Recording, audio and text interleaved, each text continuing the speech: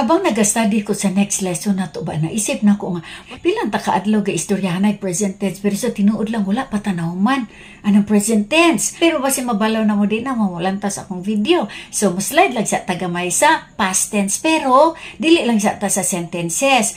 Dapat mabalaan nato kung paano maka-form og word in past form. Kaya naanay mga balaod. Wa mo kabaloan no? Naanay mga balaod. Sige, atong i-discover unsa ang balaod. Atong mga verbs diri karon regular verbs lang sa ha. Katong dagdagan og di or ed. Kay katong mga irregular verbs, lahi po to sila. Ato po niya nang i-take up. Okay. So, regular verbs lang sa takaron.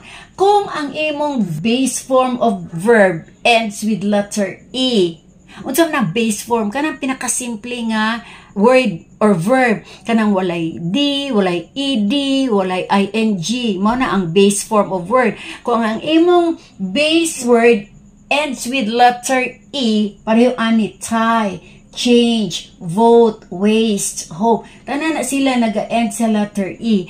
Ang rule ana is, para makakuha ka sa past form of verb, imong idugang ang letter D. Tie. O, di dugang nga rin imong D, mahimong tied. So, ang past tense sa tie, tied. Past tense sa change, kaya nag-end man og letter E, change. Dugangan lang og letter D. So, tanan na sila gidagdugangan lang og letter D. Bastang imong base word mag-end sa letter E, dugangan og letter D para makuha nimo ang past form sa word. So, tie, tied. Change, change. Vote, voted. Waste, wasted. Hope, hoped. Dirita sa sunod. Kani, gamay ra siguro ninyo kahibaluan ni ba? Joke lang. Ako ra ta mong gi-challenge. Kani, tanawa. Kung ang imuhang base form of verbs nag-follow sa pattern nga CVC. Unsa man ang CVC? Consonant, vowel, consonant. Kanang vowels, mao nang letter A, E, I, O, U. The rest, anak, consonant na sila. 5 lang man ka vowels, no? Pareho ani, consonant, letter D. Vowel ang letter I. Consonant ang letter P. So, CVC na siya. Fan, CVC pud na. Tanan nga nakalista diri, nag-follow sa pattern nga CVC. Kung ang imong base word nag-follow sa pattern nga CVC, ang rule ana is double the last letter, then add ED. Mao ni siya. Ang DIP, dip, gidouble ang P, then gi-add ang ED. So, mahimo siyang dipped. Ang DIP, mahimo na DIPPED, dipped. Gets nyo?